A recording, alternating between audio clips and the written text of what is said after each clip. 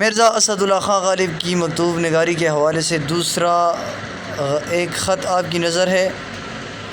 اقتباس ہے: مار ڈالا یار تیری جواب طلبی نے، اس چرخ کج رفتار کب رہو، ہم نے اس کا کیا بگاڑا تھا۔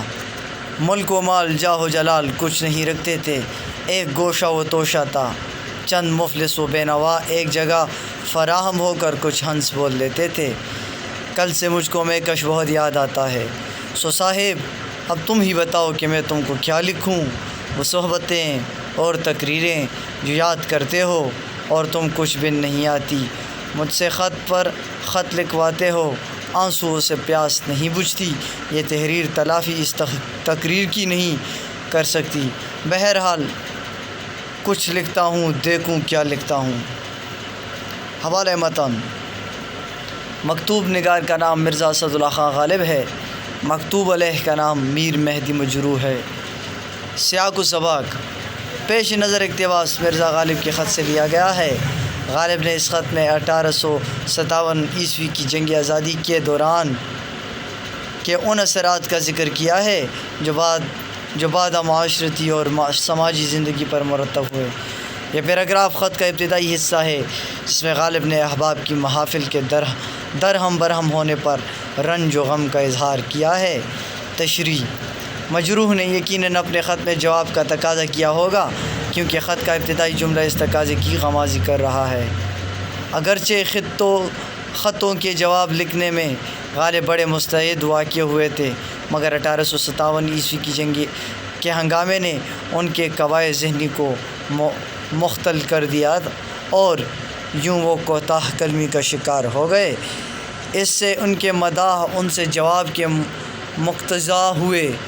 غالب لکھتے ہیں کہ تمہاری جواب طلبی نے مار ڈالا، اور ساتھ ہی فلک کج رفتار کا شکوہ کرتے ہوئے کہتے ہیں کہ ہم نے اس ٹیڑھی چال چلنے والے آسمان کا کیا بگاڑا کہ اس کی گردش نے ہمیں کہیں کا نہیں رہنے دیا۔ ہمارے پاس نہ تو ملک و مال تھا اور نہ ہی جاہ و جلال، پھر اس کی ستم رانی کا ہم کیوں شکار ہوئے۔ ہم احباب تو مفلس و بے نوا تھے۔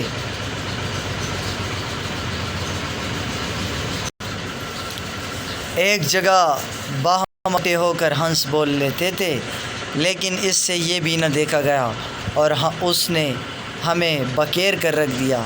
غالب اپنے شاگرد میکش کا ذکر کرتے ہوئے کہتے ہیں کہ وہ مجھے کل سے بہت یاد آ رہا ہے۔ غالب کا یہ عزیز شاگرد جاسوسی کے الزام میں گرفتار ہوا اور انگریزوں کی گولی کا نشانہ بنا۔ ایسے غم و اندوہ کی کیفیت میں غالب مجروح سے سوال کرتے ہیں کہ تم ہی بتاؤ کہ میں ان حالات میں تمہیں کیا لکھوں اور کیوں کر لکھوں۔ تم جن محفلوں کا تذکرہ کرتے ہو وہ اب نہیں رہے۔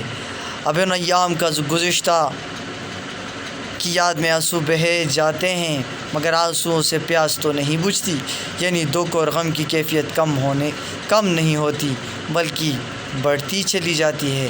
یہ خط مکالمہ زمانی کا بدل تو نہیں، مگر لکھتا ہوں، دیکھیے کہ کیا لکھتا ہوں۔ بہت شکریہ آپ کی سماعتوں کا۔ مندرجہ بالا خط تشریح کے حوالے سے آپ کی نظر میں پیش کیا۔ امید کرتا ہوں آپ کو ہماری ویڈیو اچھی لگی ہوگی۔ اگر آپ کو ہماری ویڈیوز اچھی لگتی ہیں تو کائنڈلی ہمارے چینل کو ضرور سبسکرائب کیجیے گا اور ویڈیو کو اپنے دوستوں کے ساتھ بھی شیئر کیجیے گا۔ آپ کی سماعتوں کا بہت بہت شکریہ۔